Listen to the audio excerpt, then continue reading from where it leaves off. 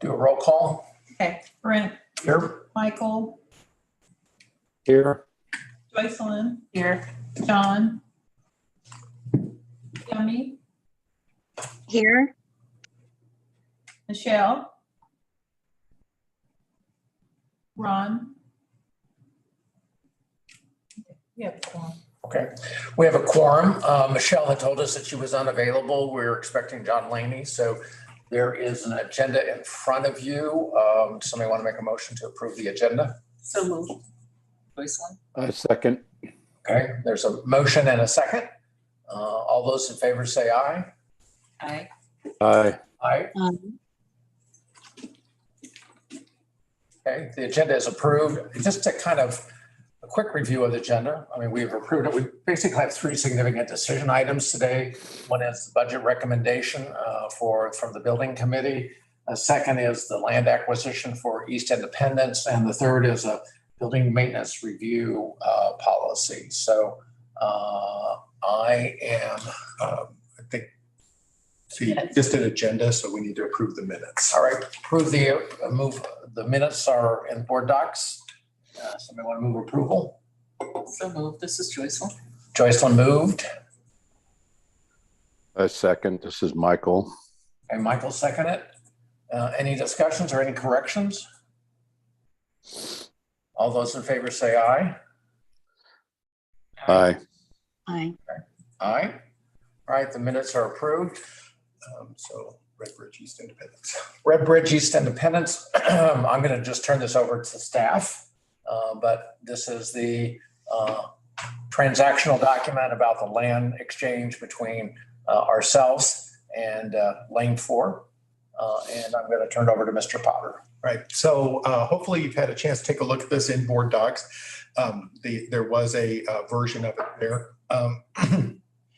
And I think we've shared an earlier version of this, and this was based on the letter of intent that was adopted several meetings ago. The document itself was actually drafted by Lane 4, but Phil Grubaugh and Jake Wimmer both looked it over, made a handful of recommendations, but nothing particularly significant. If we really look at the purchase itself, it is, if you read through it, it basically says that both parties will put essentially $20,000 into an escrow account to help with our closing costs, but there's no actual exchange of money. That's the only monetary transaction that's in here. And it's just basically so that there's money there so that we can pay for each side of our part of the closing. It is an even swap. I mean, you'll see that the 20,000 part is in that purchase price paragraph, as well as, and Jake just chimed in and said that the 20,000 is also could be considered good faith, a good faith gesture on both parties' part, so that we both know we're serious. In terms of all the guidelines are there on how to title and do the conveyance of title. There's a proration conversation about property taxes. Generally speaking, and this is our process that right after we close on a piece of property, we contact the county and let them know that we have acquired this property. Inevitably, we will get a tax bill that first year. We just always do. But we've also contacted the county, and it's never an issue. But basically, this was actually the only conversation Phil had about the document, is that he said just to make sure that there is a clear understanding between us and the Trinity Property Group that we don't expect to property taxes on this after we acquire it, and as long as we follow our normal SOP with Jackson County, it shouldn't be an issue anyway.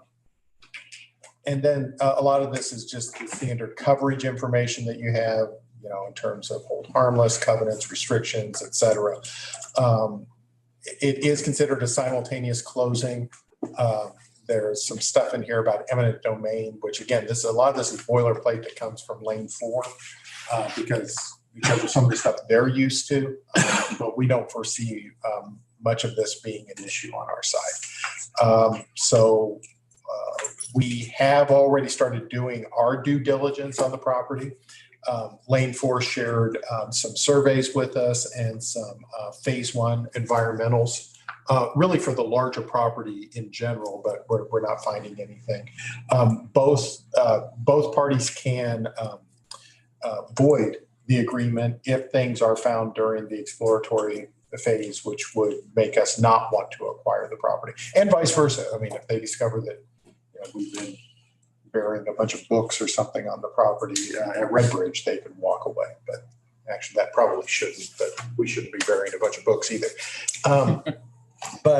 Anyway, that's what I have. I mean, I think it's very straightforward. Jake, I know that you are are you on the call, Jake? Did you have anything you wanted to add?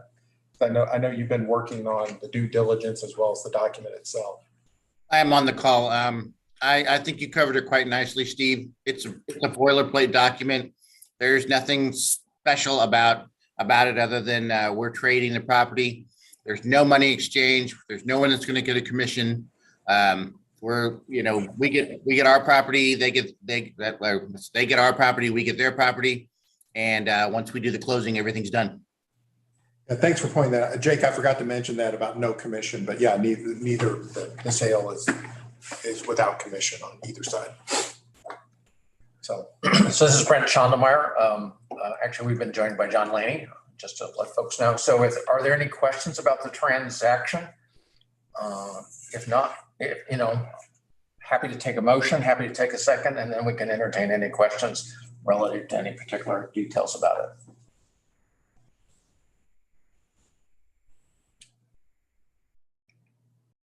Please, somebody. This is a good transaction. I was just trying to wait to see if anyone online had. Anybody online want to make a motion? Sure. This is Michael. I'll make a motion that we approve this this transaction. Okay. I'll second. This is Joycelyn. There's a second. Okay, we have a motion and a second. Any discussion about the document? I had one. Has Lane 4 executed this? they have not. Well, no, they have not. Let me double check with Jake. Jake, do you know if they've actually executed it on their side? I think they were waiting for our board to approve it before they executed it. They are waiting for the board to approve, but they have come back and said we're ready to go as soon as the board approves it. Yeah, actually, Wes Buckner, who's part of the Lane 4 group, he actually manages the Trinity property. He contacted me the day after our original building committee meeting, wanting to execute it. So, And understand this is a recommendation to the full board, and this will be considered at our May board meeting. So, without any further questions, all those in favor say aye. Aye. Aye. All those opposed? All those abstained? The co-chair understands that it passed unanimously. So thanks for that consideration. This is just, commentary. This is just a great transaction for a variety of different reasons that we previously discussed. So our next item of business is budget. I'm going to turn this over to staff as well. right. So this has been the practice of the building committee for several years now, and it's to take a look at the budgetary lines in the upcoming budget that have either a building or a maintenance or a capital component, and just walk them through and make sure that people are comfortable with what's going on and how it's going on, and making sure that we're identifying the right projects that need to be worked on for the coming year and all of that. Just for sake of explanation for some of our newer members, before we started the capital improvement and replacement program, when we were maintaining our, replacing carpet and upgrading asphalt and upgrading roofs and patching roofs and stuff, that this exercise was a lot more detailed and certainly a lot larger because we were, doing maintenance on, in some cases, 30-year-old buildings. But with that, with the investment that's been made in the capital improvement and replacement program, our buildings are in much, much better shape. And so a lot of this is instead of it being special maintenance on our buildings and making sure that we're addressing, worn out carpet and things like that, it tends to be more of the cost of doing business for our buildings. So, Cody, I don't remember on the presentation. Do we have additional information after this or? Yes. Okay. So this is also in board docs if you're interested, but there's a little narrative here that talks about our building replacement and maintenance. There's 3 major projects that's here in terms of our preventive maintenance. And this is HVAC, 26,000. 67,000 for roofs and 65,000 for parking lots. Most of that parking lot is crack fill, things like that at our location. General maintenance and inspection is about $300,000. It's routine work orders and things like that for our library. There's an office reconfiguration that's listed in here, as well as some other improvements. There is reference in the document that I have about a fence at South Independence. Staff has removed that in part. We're going to put up a fence at the north side of our South Independence branch, but there's a very large construction project that's going on there right now. And frankly, they may put a fence up. And if they put a fence up, there's no need for us to put a fence up. They are certainly doing some terraforming where they are changing the levels of the property. So it just didn't make sense to put a fence up this year. Maybe in the future, but my feeling is that most probably in the future, they're going to put a fence up on their side and we probably won't have to do anything. And then, of course, there's landscape pest control and window and carpet cleaning, as well as disinfecting. One of the things I want to say about carpet cleaning as we move to the next slide is that, the old way of doing things at Mid-Continent Public Library is we sort of clean the carpets once every 5 years, whether they needed them or not. And that's meant to be a joke. That when you have as much foot traffic as we have, you do need to clean the carpets more than once every 5 years. And so our cleaning schedule is more in the neighborhood of twice a year or yearly, depending upon the foot traffic. And that'll help prolong the life of the new carpet that we've been installing, as well as just be healthier and a better environment for our community. So if we go to the next slide, these are the actual projects that you find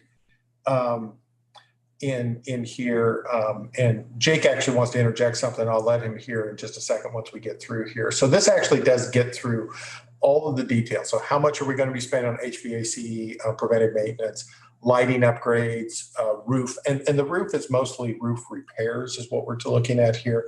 Office moving and painting that occurs when somebody moves out of an office. It's a good time to paint it. That costs a lot to do that.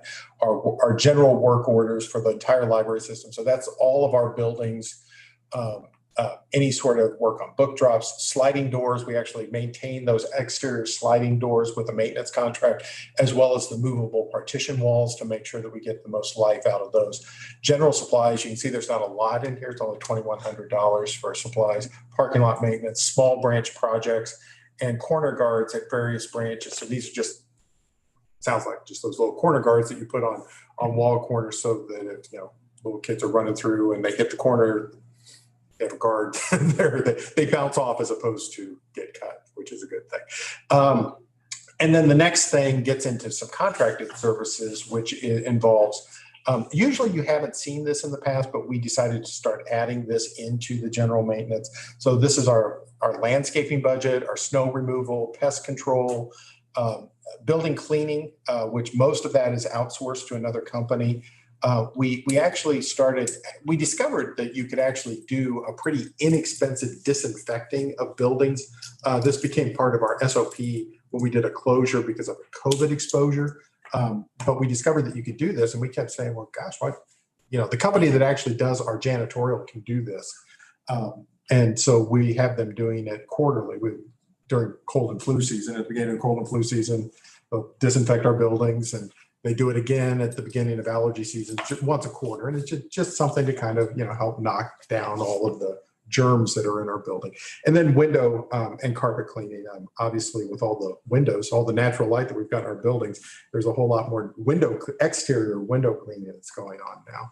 And so there's a line item for that. So this generally gets, as you can see, there's not a lot of big projects in here. This is really just sort of like the cost of doing business to keep our buildings maintained, clean, sanitary, and prolonging the life.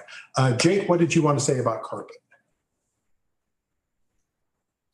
Thanks, Steve. The carpet cleaning, we've also kind of taken a little bit of a new approach where we're actually doing the cleaning based on traffic. And so as an example, North Independence is going to get more cleaning than, say, Camden Point. And I think if you think about that from a logistical viewpoint, it really does make a lot of sense to maybe concentrate and do 2, possibly 3 at some of our branches that are getting the most traffic. And then, maybe dialing back a little bit on the one and looking at it at an 18-month or something in that category. They're still clean, they're still good. We're still maintaining them, but they're not getting anywhere near the foot traffic as some of the other ones are. So it didn't make sense to go, okay, all 31 branches are going to get cleaned once a year, regardless. We're looking at the condition, and we're actually taking advantage of that kind of thought process. I also wanted to add into you, we have a lot more windows now than we've had in the past. And so that's been an adjustment for us. Unfortunately with windows, you got to get them clean, or it's not a lot of fun to look out a window with it. It's dirty and ugly and dusty. So thanks, Steve. Yeah, so my understanding is that we have a contractor that does the outside. I think it's a couple of times a year, but our custodial staff clean them routinely on the inside. And it's the same thing with the carpet cleaning. Our custodial staff, our custodial cleaning, vacuum the carpet all the time. But what we're talking about is, the professional steam cleaning, or, the professional cleaning. That's what Jake was referring to. And he's right. I mean, the goal that I had set when I first started being the library director was, we're going to clean every branch every year, because that old joke that I told at the beginning was really more truth than joke. I mean, that we will clean every branch every 5 years. And so that was clearly inadequate. And so the initial goal was, let's clean every branch every year. And now we're actually refining the way that we do it so that it's more based on need, which is a good step. So this is a good place to sort of stop. The next slide, we move into the 03, the Capital Projects Fund, and talk about the expenses there. So certainly staff would entertain any questions that the committee might have on the operating side for building maintenance.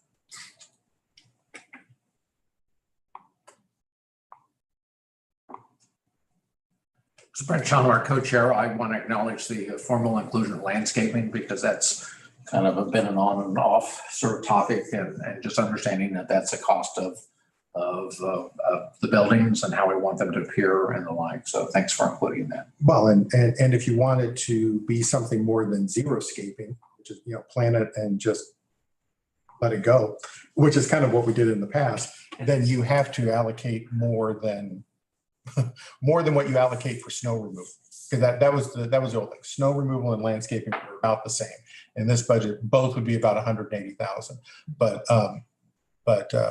landscaping is actually 325, and snow removal is 179. So yeah, that's Cost of being a good neighbor. it is. It's the cost of being a good neighbor. Hearing nothing further, let's move to the next slide. And this is when we move into 03. So this is the capital projects budget, or the capital project fund, and resources and projects that are coming out of that fund, as opposed to the annual operating fund, which is what we just talked about. So what we always do with this one is we give you a description of the fund. What is it and what's in it, and how does it work? So the capital project fund is for major capital assets and or the construction and renovation of library properties. That we do reference that this is where all of the Proposition L building projects come through this fund for the most part. Budgetary control is on the individual projects level, and then the life of the projects. And once it's closed, then any remainder just automatically goes back into the fund. We also, or can be reapproved with the budget.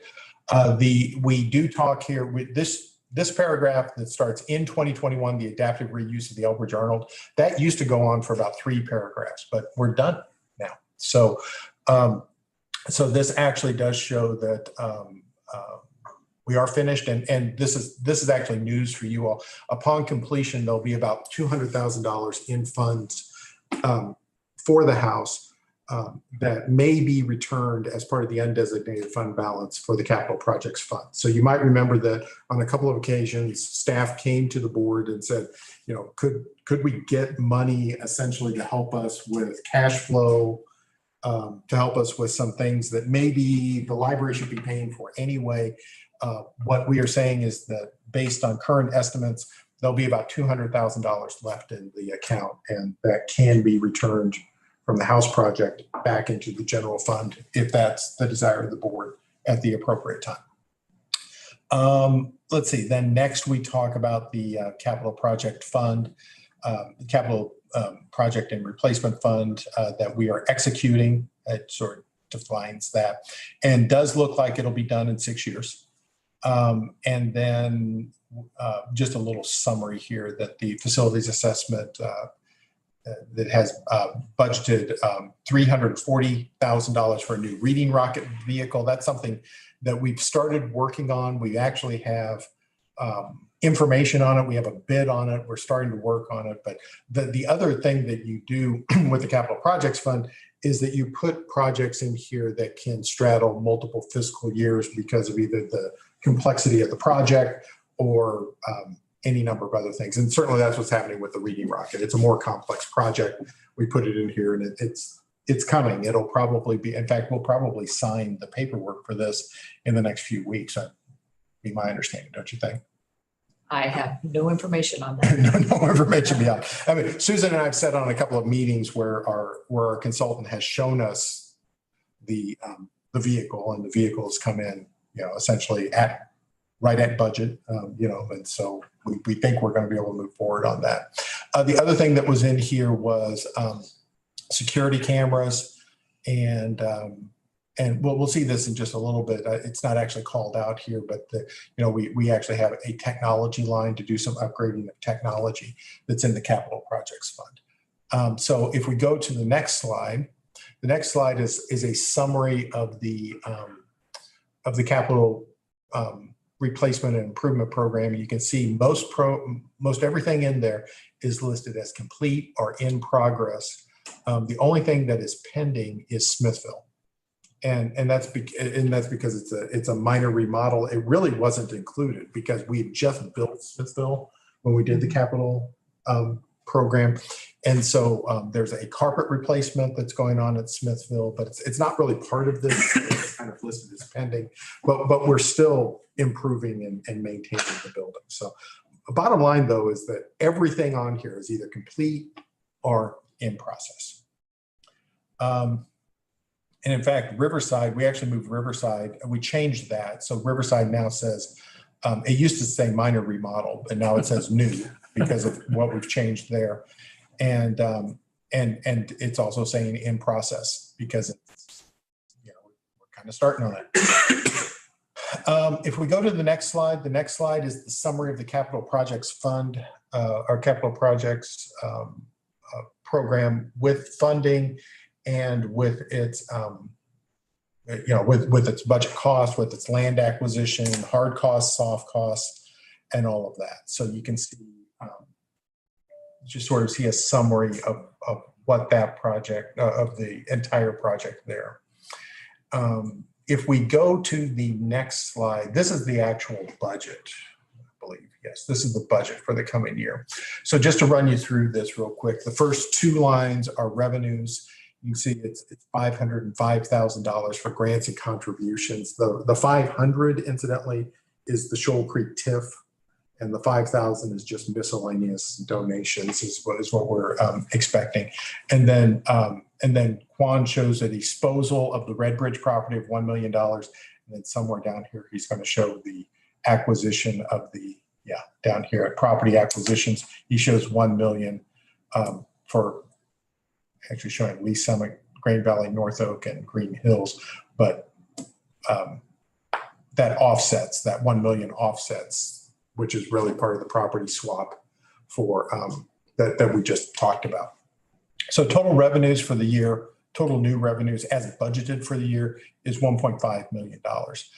And then when you go into the expenditures, we've still got the line for the reading rocket. You might remember, Susan, the original line on that was it 350? Yeah. So Yeah, it's slightly under. It's slightly under, and the reason it's slightly under is because we've started working with our specialty vehicle consultant to help us with designing the vehicle, and so that's where that is being tapped. And then the new security cameras for Woodmeath. We're doing some extensive exterior security cameras for all the outside property that's there to help us better maintain. The new Riverside, we are allocating $1.5 million in this year's budget to get us started. You can see remaining balance over here, 2 million. So in future years, we're going to need an additional 2 million based on our current estimates for Riverside, but we have already started to put something aside. And then if you come down below, this is actually the capital improvement plan. So Jake is estimating $13.5 million will be needed to execute work packages next year, design and preparation, as well as property acquisition. That's a grand total of, is that right? 18? That might be the whole thing.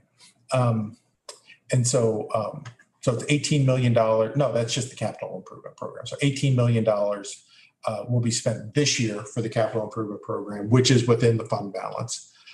There is a line for moving and storage. We've had that throughout the project. It just kind of helps us with commissioning buildings, moving, storing items as buildings are under construction when we have to do that. So total expenditures out of the capital projects fund is going to be about $20 million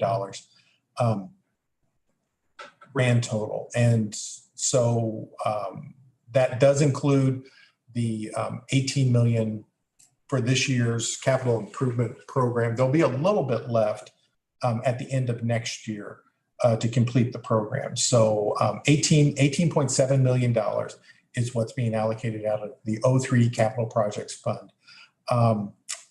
The ending fund balance will be about $5.6 million. So this is the low point, or the planned low point of the capital project fund budget. We knew we were going to get way down, and then we were going to start coming back up again. And that's where we are. We are at the low point right now. But I do want to point something out. So if you go over, we've been sort of going down this column for 22, 23. If you look at remaining balance, it's sort of there in the middle. So we're looking at $2 million remaining balance at Riverside. And this is just the best back of the envelope guess. I mean, until we actually start getting into design, we really won't know what this is going to cost. And then based on what will be expensed in the capital project fund and what's left to expend based on the guaranteed maximum prices and everything we've been doing, we're estimating about $1.3 million. So grand total, $3.3 million is what's left to hit our obligations out of the capital project fund with a fund balance of $5.9 million. So not only based on what we're seeing right here, right now, not knowing the impact of inflation, not knowing any of those other things that can mess up your crystal ball, we have enough to fund this year. We have enough to fund all the obligations next year and still have a balance left over. Small balance, but a balance left over that will allow us to start growing into future years. And I think that's the end of the budget presentation. So that was a lot. Sorry, that's drinking from a fire hose. But we can definitely go back and talk about anything anybody wants to at this point in terms of budgets. Questions from the committee? I'm going to start online. Any questions there?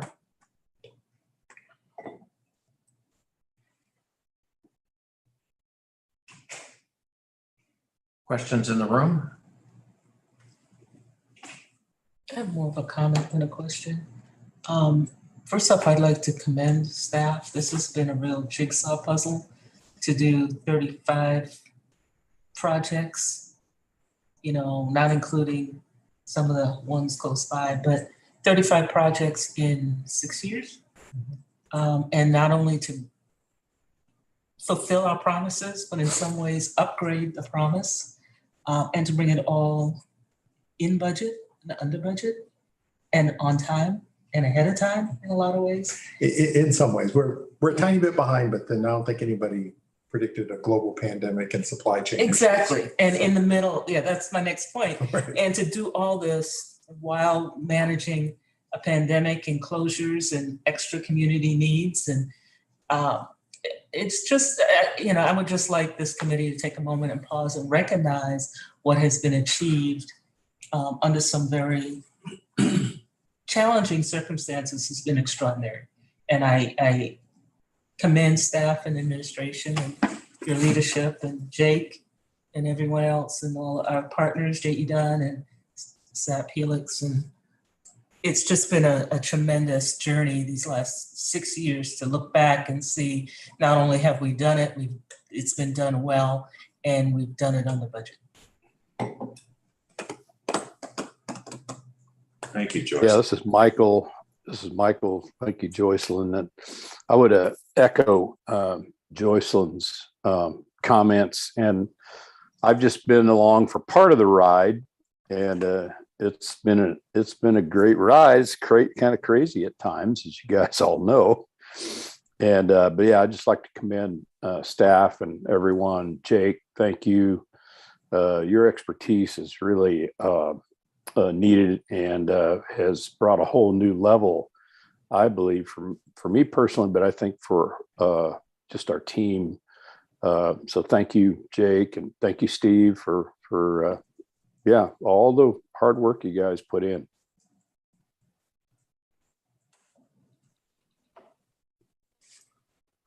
Those are comments I think that we should share when we're in the full board meeting.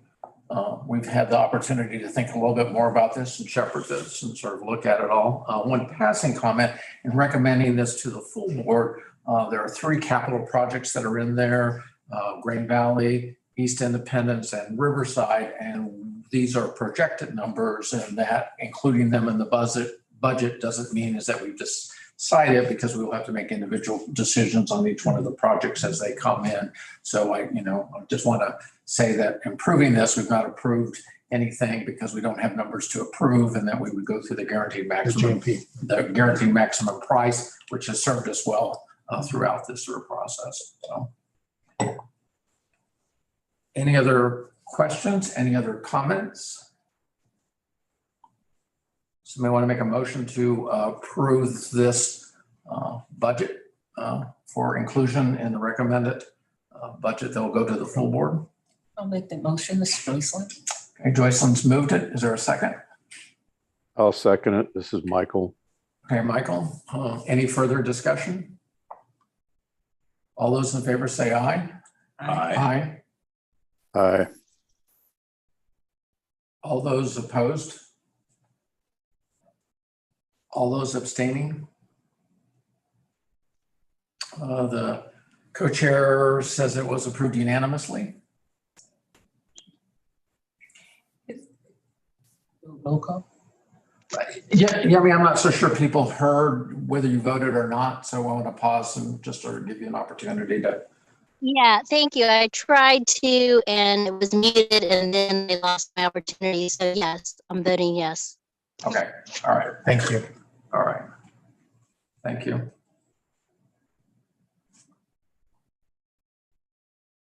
Wow, next item. I'm going to tee this one up, so to speak. The budget chair, Gordon Cook, has asked us to sort of think we have a set of buildings, understand is that any of us that have owned property at some point, there are maintenance costs that sort of occur. We have done a good job of maintaining our buildings prior to the new capital program, but we really didn't have a formal building maintenance plan, I would suggest. We kind of looked around and said what it might look like. So given their assignment and said the building committee would take a look at this, I think we've developed a presentation that we want to share with you. And then there's a recommendation at the end of it all. And so this would be a new dimension or a new feature potentially to the budget. and having a formal building maintenance plan. So I'm going to turn this over to Steve, if that's okay. Sure. And I would only, Cody, you can go and go to the next slide. I would challenge the assessment just a little bit. Back when I was the finance manager, the business manager, as it was called, who was in charge of finance, facilities, HR, and IT, that I actually did put together a 10-year maintenance plan, which would have went from 2003 to 2013. And so we've had experience doing this. And in that 10-year period, we recarpeted our buildings and we did a lot of really, really good work. But at the end of that, we really didn't have a formal plan, as Brent has laid out. We didn't have one, and then chose not to have one because we were in the middle of rebuilding all of our buildings. It didn't make sense to plan to maintain buildings that we hadn't yet built. And so, but that's kind of where we are right now. So if we go to the next slide, just a little bit more background that we do have our large inventory, and that work's been done on virtually all of our buildings. And that work ranges all the way from a remodel to a major renovation to new construction, with 3 big projects left remaining: Green Valley, East Independence, and Riverside. We go to the next slide, a little bit more background. That the capital plan did result in improvements like new roofs, HVAC, that's heating, ventilation, and air conditioning, replacement flooring, major mechanical systems. And because of that, we really don't have the same problem that a lot of our fellow libraries have. So we found this just as a snapshot, not really meant to read this, but this is from American Libraries, from the American Library Association, talking about the general condition of libraries in the United States and how many are in dire need of maintenance. We really don't have that same issue here because we have been maintaining our buildings very well. So there's very little outstanding or deferred maintenance like you do find in other libraries because we've just touched all of our buildings within the last few years. So if we go to the next slide, and I think this is our last background slide. Yeah, this is our last background slide. We talk a little, this is actually from the November 2021 Finance Committee meeting where we did talk about this. This is when John Laney actually challenged us to talk about how we're doing with the capital project fund, how we're doing in terms of dollars, and do we have enough money to finish up everything. And so that conclusion slide did say that we did have enough money to do this, that we did have about, at that point, 17, it's now 16 more years of debt service that we need to do, that we do have the additional non-building related items in the capital fund, the reading rocket and the technology updates. But this last bullet, this last group of bullets was really kind of the important point that I wanted to draw out, that that in this coming year, the plan was to start trying to accumulate money in the capital projects fund to create a resource to start a maintenance cycle starting in 2028. And again, this is what we were talking about back in November. We were starting to say that this year we want to start accumulating funds for a maintenance cycle. That the plan was to start looking at spending about $200,000 annually in coming years, mostly for branches like Smithville, North Independence, Midwest Genealogy Center, and the main part of Woodney, all of which were fairly new at the beginning of the building program, but now are our oldest buildings. And so we'll probably need a little bit of TLC before we get to the formal maintenance program plan starting in 2028. Our current estimate at that time, back in November, was that a maintenance cycle will cost about $9.5 million. And my feeling was, even at the time, that probably wasn't comprehensive and was probably a little low. In fact, Jake probably, wherever Jake is, he probably fell out of his chair when I said $9.5 million. But the main point here was that I felt like with using the same budgeting techniques that we've used for 40 years, that we would be able to easily allocate about $9 million between now and 2028, and then continue to allocate about $1 million annually from 2028 through the maintenance program, which would easily allow us to meet the maintenance needs of the building starting in 2028. But in order for that plan to work, the final point was, in order for that plan to work, we need to start making a plan to start putting money away fairly soon. And not really look at this as, hey, we have extra money. No, we have money that we need to start putting away so that we can start maintaining our buildings in 6 years' time or so. So if we move to the next, and so that's the history. That's kind of how we got here. If we move to the next slide, here's a little bit of our building data. So due to the pandemic, we really don't have a lot of operational experience with our renovated and new buildings to understand real operating costs under normal conditions. So, I mean, we still don't have a full year with all of our buildings open, either because of the pandemic, or if you go back to 2018, when we started closing buildings to remodel them, I mean, you almost have to go back to 2015, 2016, when we have our entire group of buildings operational. Added to that, our buildings are quite different now than they were in 2015 and 2016. A lot more light, a lot more LED as opposed to compact fluorescent and typical fluorescent. A lot more drive-up windows. I mean, there's just a lot of differences. So it's hard to estimate what normal is going to look like, because we haven't had a normal in a really, really long time. So so we need time to gather what normal operations looks like. We also need time to consolidate our information about our inventory of major mechanical systems, evaluate warranties, and along the lines.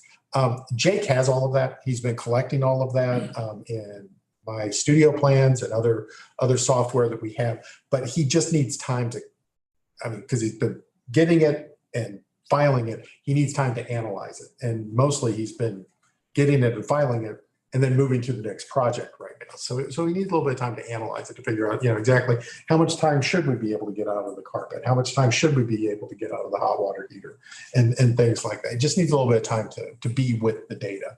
And then we need time, once we figured out what the new normal looks like, once Jake's figured out what these warranties and lifespans are, then we need time to create and formulate an appropriate funding target for the capital project fund. So if we move to the next slide. So here's a few things in terms of policy considerations, that we do have a capital projects fund, but it does not have a formal policy for building or maintenance reserve fund. That having a policy would be helpful and would require us to get the appropriate data and amount of timing and experience data building maintenance, as we've talked about. Such work can start as the capital improvement and replacement program is winding down, but we still have a little bit of work to do there before we shift into the maintenance, I would argue. And then also we need to do work on the options for building maintenance fund as part of a capital projects fund. So on the next slide, Brent actually shared these with me, I believe. I believe these were some of his ideas that the committee may be wanting to think about. So establishing a reserve fund or a designation within the capital projects fund, and to be honest, the latter is what staff is going to suggest to you, a designation within the capital projects fund for future building needs and a targeted amount needed. Then establish a target fund balance for this purpose for 5, 10, and 15 years out. And then biannual reviews by staff and the building committee to review anticipated maintenance needs for 5, 10, and 15 years out. So in terms of, if we go to the next slide, in terms of how this is funded, I think it's pretty, I don't want to say easy. Nothing's ever easy. I've discovered that over the last couple of years. But I think it's pretty clear how we can go about with the funding. Typically, we've funded the capital projects fund by an end of the fiscal year allocation or designation into a building reserve maintenance fund. And so I think we could do the same thing. After the audited financials come back, it says you have this amount revenues over expenses. You can transfer that into the capital projects fund, and you could designate some, if not all of it, into this new allocation. So instead of having an undesignated fund balance, it becomes a designated fund balance, which locks it in.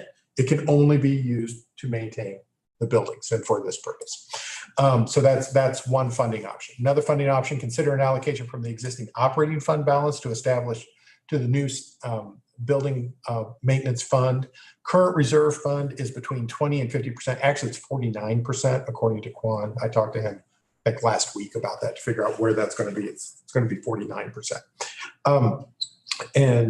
And so that's where we see the undesignated fund balance. Now, the problem is, while that number can move, and what Quan and I have been telling the finance committee and what we've been telling the board is that number probably targeted should be somewhere around 42% in order to make sure we've got enough cash flow and liquidity to get from July 1 to when new taxes come in December of the following year. 42% is probably enough. But ultimately, you still need that 8%.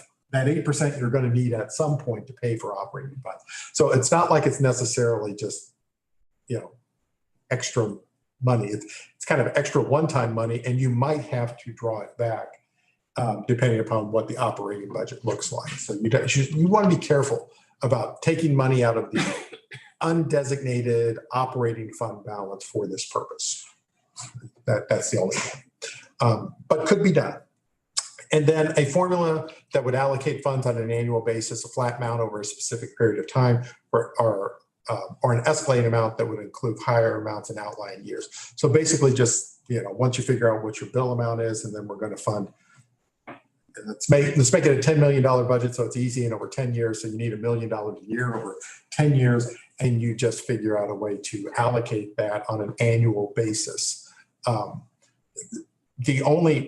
The reservation staff has about that is that as we move into a new normal, we just don't know what operation it's going to be. It might be easier to stick to bullet one just because that's kind of the world that we know. So if we move to the next slide, the next slide was staff's recommendation in terms of a motion. So what staff would recommend is that in the 2022-23 in 2022-23, this coming year, Mid-Continent Public Library will develop a designation within the Capital Projects Fund for ongoing facilities maintenance, and will anticipate allocating funds to this designation starting in the 23-24 budget year. So that gives us that the purpose behind all of that is that would give staff the year to figure out all of those questions that we had. It doesn't mean that the board couldn't. I mean, at the end of the 21-22 audited financials, if there are revenues over expenses, they could be transferred into this, but this would be the motion in terms of policy, that the plan is study this year, fund next year. So, I think that's the conclusion of the presentation, and I did see a couple of messages come up, so I want to double check here, make sure that I didn't miss anything. Brent Schaldemeyer. Hey, Jake, I know you're online. I'm interested in your thoughts because this largely falls under your portfolio at work, and comments, reactions, things that you would want us to be aware of or consider. Thanks, Brent. Yeah, this is a pretty major undertaking. First of all, I want to kind of go forward and say, we really started the project in June of 2018. It's why we're looking at the 2028, because most of our buildings, usually you can look at about 10 years of deferred maintenance before you really have to start thinking about any large kind of projects or anything like that. So I really like the way this is put through, and I think it's a pretty good explanation. One of the things that I did tell Steve when we were talking about this is one of the things that we have to be careful of. We've seen a little bit of it already. Is what are the costs going to be impacted with COVID? The supply chain issues. When is that escalation going to stop? And we know it's going to, but right now, if I was to say, okay, I think a new HVAC system will cost this much, $50,000, just throwing a number out. That might not be a real number in 2 years. It might be $60,000. Because we've seen those large cost increases. So those are things to be thinking about. I really appreciate everything that's gone into this. I think this is a good way to start thinking about, hey, we're going to need to do the maintenance.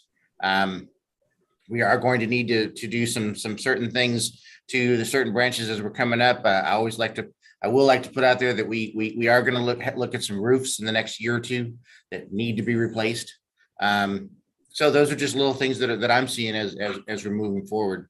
I also I'm a little hesitant about that formula method, the last method that we were talking about for funding options, because I think that's pretty risky based on what I just said about the COVID costs and the issues that we're going forward with that.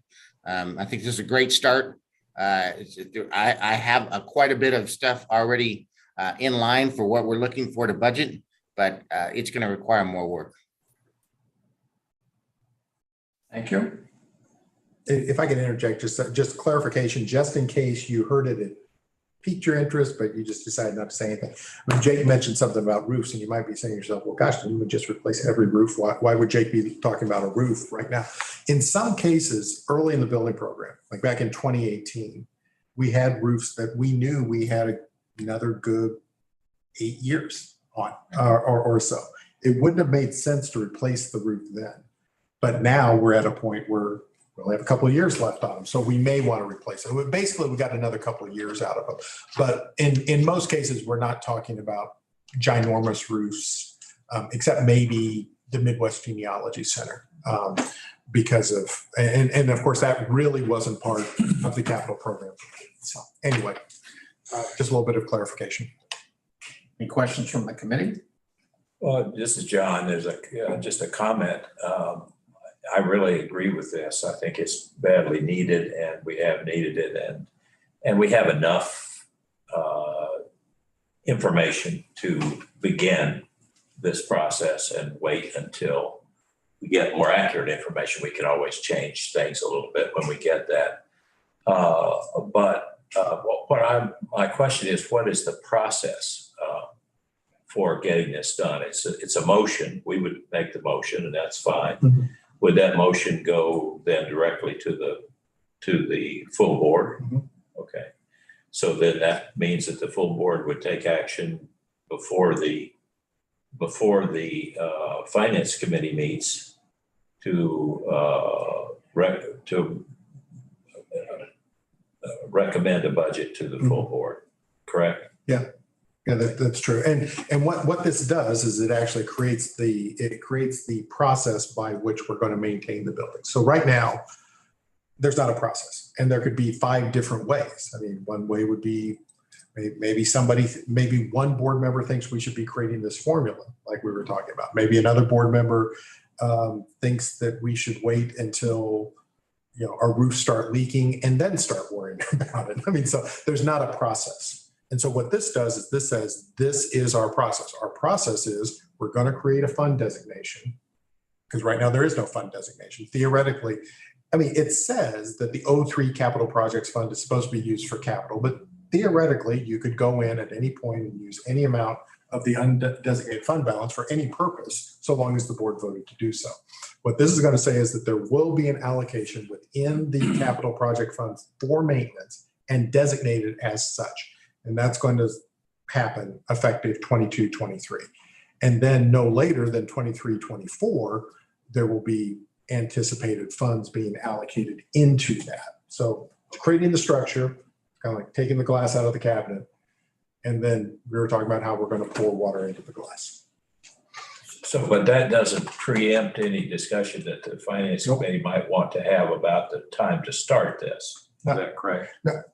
It kind of gives a timeline. It gives a timeline here, but it doesn't give a timeline in terms of the motion here does say that allocating funds for the designation will start in 23-24.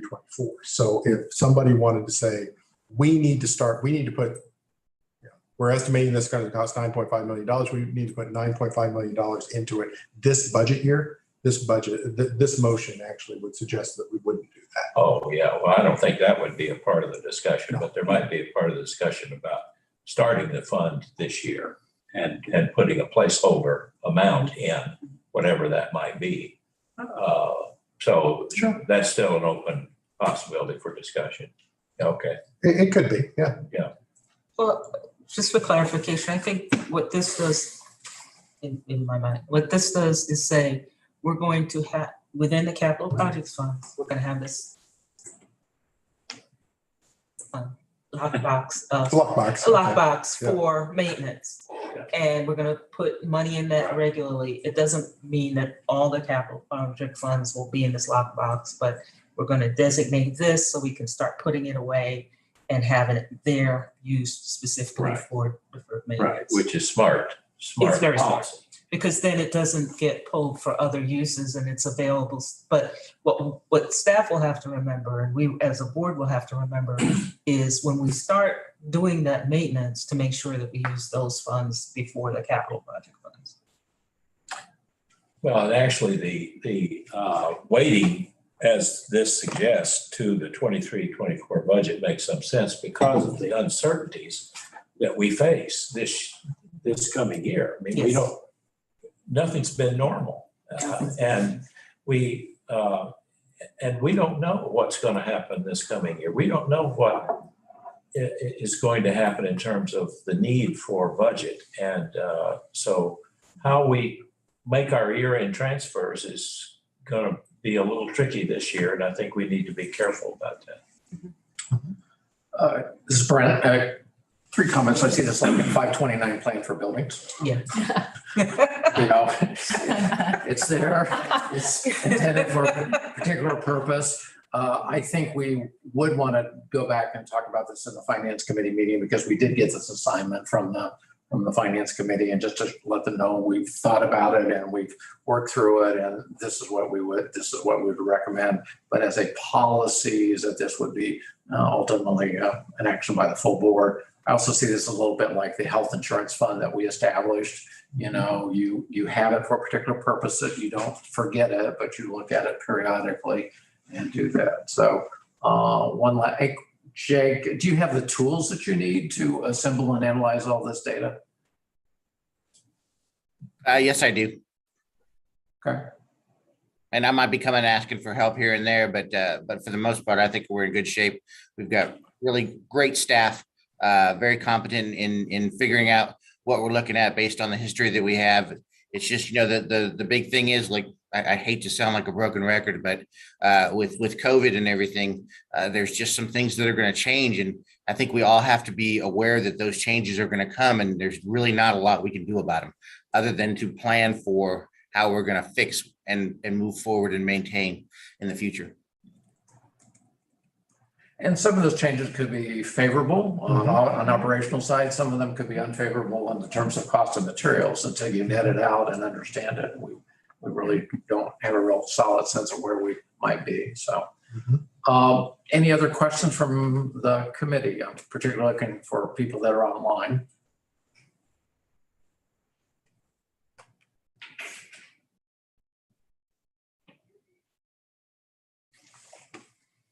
Okay, I'll so Brent, entertain a motion to approve this plan.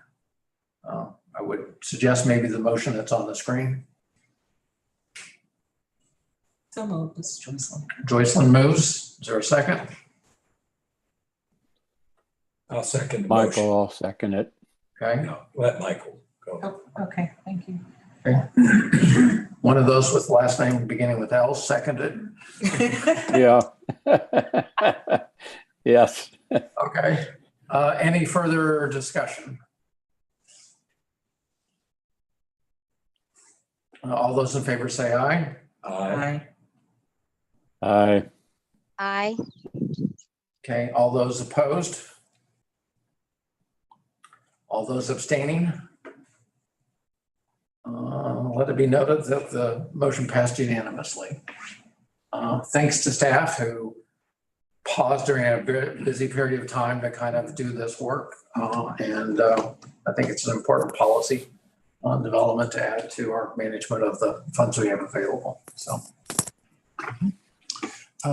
So next is just other business and comments, and we've got a copy of the dashboard. Actually, the dashboard's in front of you, and a copy of the bi-weekly update. Cody, do you have the bi-weekly update on the slides? Got a bad feedback. Yes, I do, Steve. Let me, I don't have them in the slides, but let me pull them up. Yeah, let me just double check and make sure that it's not real. For those who are online, we have an alarm in the building, so I think it's a regular alarm. okay, hang with us. Alarm, if it was fire, it would be flashing. Yeah, but I think it's a regular alarm. Yeah, we Testing, still testing? think it's, she thinks it's testing. We're with you. Yeah, there you go. Okay, so yeah, just real quickly, just wanted to give you a couple of picture updates of what's going on. So there in front of you, that is Green Hills, and you see Green Hills is moving very quickly. Very. All the storefront glass is in, all the exterior finishes are generally in. What's really holding up is with all the rain is decreasing the ability to get the parking lot and all of that. So if we go to the next slide, I believe the next slide is going to show interior. Yeah. So this is the interior of Green Hills. So we've got letters and vegetables and the ceiling up in the upper left. Lower left is the cafe with all the coffee cups. I tried to send that to you the last time I was there, Michael, and I think it bounced. I don't think it made it, but you can bring your own coffee cup. You don't want to use one of these coffee cups. Okay. Well, I'll make sure I remember that. I'm going to have to go over there. Piece of artwork. Yeah, it's really nice. Yeah. It looks awesome. Yeah. The picture on the bottom really is to illustrate how the roof, the ceiling pattern is going with the exposed roof and joist, which is just really nice looking. And then the hallway down by the community halls and the skylights. And you're seeing the cafe, and I believe the teaching kitchen is in the lower right-hand corner. So next slide should be update on North. No, this is Lee Summit. So Lee Summit, I think the layout's in place for shelving, and shelving's going in next. As you can see, carpets in place, roofs in place, ceilings in place. So we're, again, what's really holding us back here is enough dry time to start getting the asphalt down. So, but we're going to start, as soon as we get the parking lot down, we can start moving the books and go from there. So next slide should be North Oak. So yeah, North Oak doesn't look too exciting, but it really is. We've got, old building out. We've got the things clearing up. You can see that we're going down in elevation. So that's part of the basement part or the split level feature. So we're starting to get the lower level that we need for North Oak. Foundations should start going in the next 2 weeks. Again, assuming that there's the precipitation generally allows.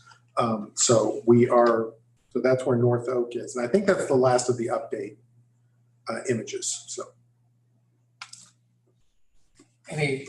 Brent, any questions? I had a comment, Brent. Please. This is Joycelyn. I just want to say that in addition to expanding our ABC's access collections, books, and services, I think that I want to commend this committee. And a lot of these decisions occurred before I joined the committee, so not like I'm patting myself on the back. But what we have here in these buildings are really more than the cookie cutter we had before. We had a model for this type of building and model for that type of building. We've really created unique places to serve a particular community.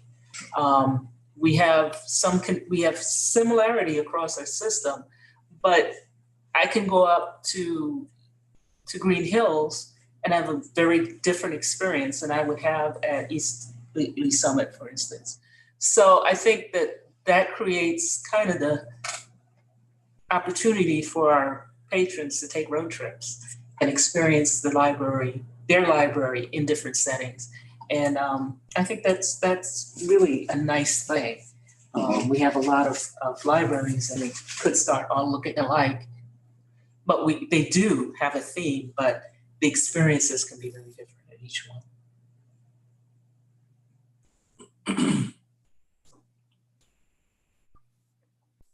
Once again, a very thoughtful comment. And in some ways, I don't know when it's possible, but it would just be wonderful to get our professional partners in the room with them and Yeah. thank them appropriately for really the work that they have done.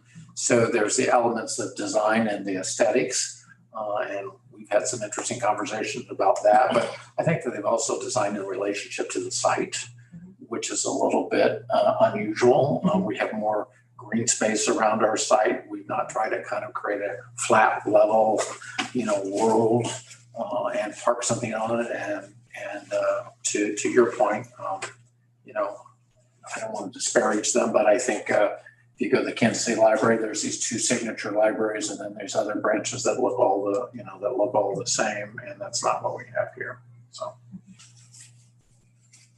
and frankly, I think that's the benefit of having a design team and a construction team that has worked throughout the whole project. I think Steve may have some comment on this, but Johnson County Library System, they would have a different architect and, for each building. And frankly, I don't know quite how you get, the momentum around really about what you're trying to do as a system with an endless set of relationships and that need to be managed. So. Yeah, that's correct on Johnson County. Also correct on St. Louis County. And St. Louis County is the one I tend to use as an analog for us because they're the ones who came up with this idea. They actually ran their levy election in 2012. We followed a lot of the same path that they had blazed for us, and they are still no end in sight in terms of their construction program. And in part because they are doing it as unique contractors, unique architects. They're using the design bid build delivery method as opposed to the CMR, construction manager at risk, that we're using. And they started 4 years before us, and they're still a couple of years behind. We're to item 8, other business and comments. Teresa, did we have any public comments? No, we did not. I've commented too much, but I have one more. We're always anxious on the Riverside, and so I asked staff for what an update about what that might look like, just to make sure that what the progress is. So, So my understanding is that the city I think they'd signed the sale purchase agreement, So had not signed the lease agreement. So no, they're waiting till they do the lease agreement. Jake and I checked with them. They're waiting on They're going to do it. They're going to do it all together. Okay. The sale agreement is done and everybody's agreed to it, but they've got to run the lease agreement because of the changes we made back through the city council. And they said there were no issues with that. But then they're going to execute both of those, and they anticipate having those over to us Wednesday morning after their Tuesday board meeting. next week. Okay. Nice. What did you say, Michael? Oh, I just said that's really nice. Okay. Moving right along. Okay. Any other comments? Hey, this is Jake. I just wanted to let you know, I got a text earlier today, probably about 5 minutes ago. They're pouring asphalt at Lee Summit right now. So it's going to look a whole lot different in the next couple of days. Do we have any estimate of when the dedication for that building might take place? We are. Go ahead. I'm sorry. We are making a decision within the next week about whether we can get it in before Steve is no longer with us. Right. In the professional sense. There is a chance we might do it on his last day. If not, it'll probably stretch out into July in terms of the dedication.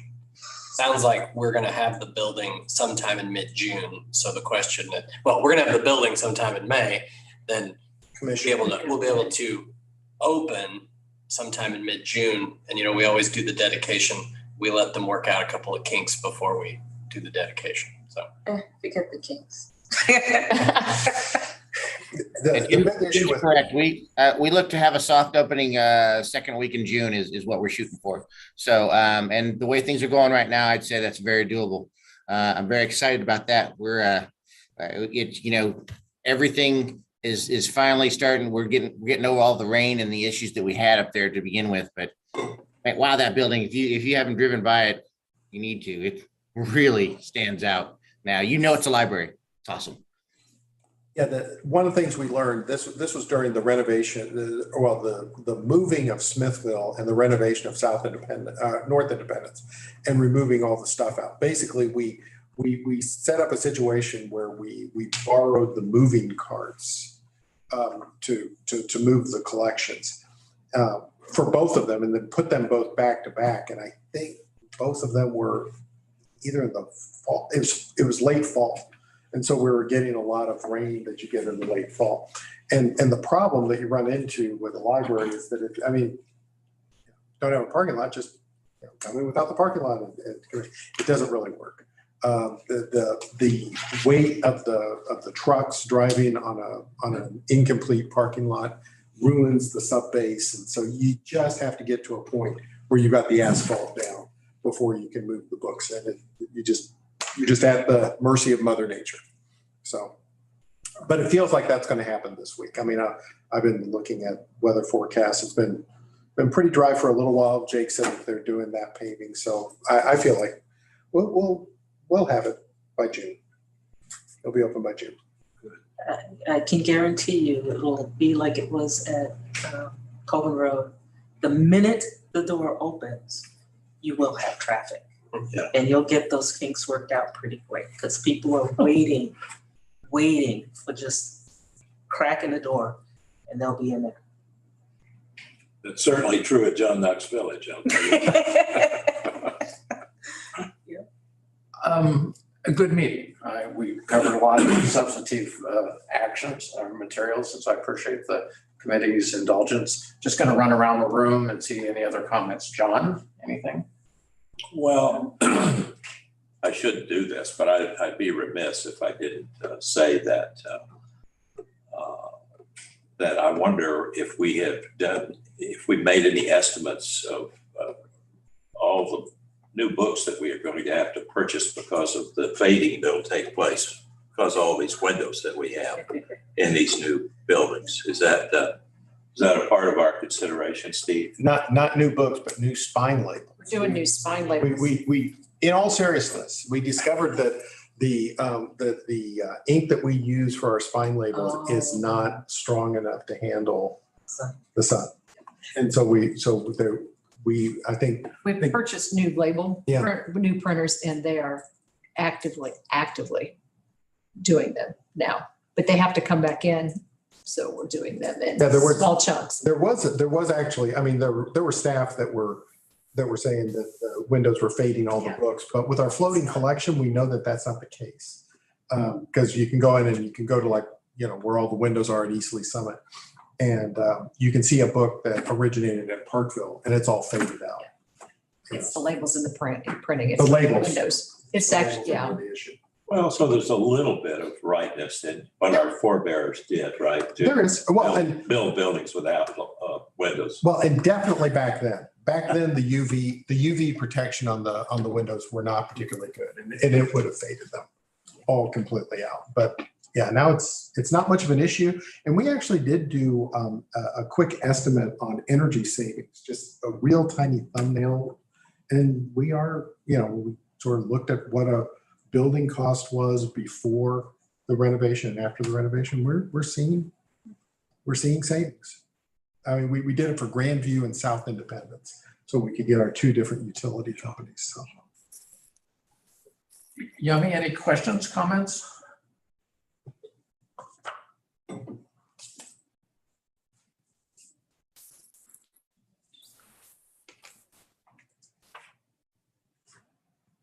Michael?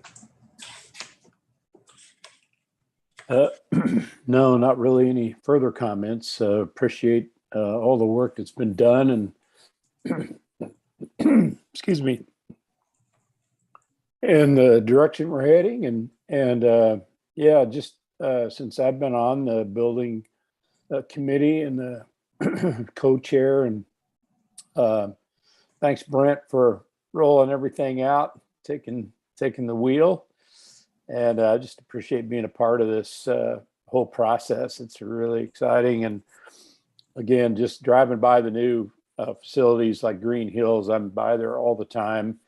I was by North Oak yesterday, and yeah, there's a hole in the ground, but it's in process, so that's great. And so we got a lot of work accomplished, and we got a lot left to do, but appreciate all the effort and the teamwork. As I said before, Jake, you're really a huge piece of all this. Appreciate you a lot, and Steve too. Thank you for all your efforts. And yeah, it's just great to be a part of this process. Joyce, I'll close with you. Yeah, and this is Yummy. I'm Okay, sorry to Yummy. interrupt. I just wanted to thank you. No, everything is fine. I'm having some trouble I'm on with my phone, and so I'm having trouble unlocking it quick enough to speak. So anyway, I just wanted to know, I have no comment except, good job. And yeah, I'm glad things are moving along. I think we're to the point of motion to adjourn. So move. Second. There's a second. All those in favor say aye. Aye. Aye. Thanks to all. Have a great day.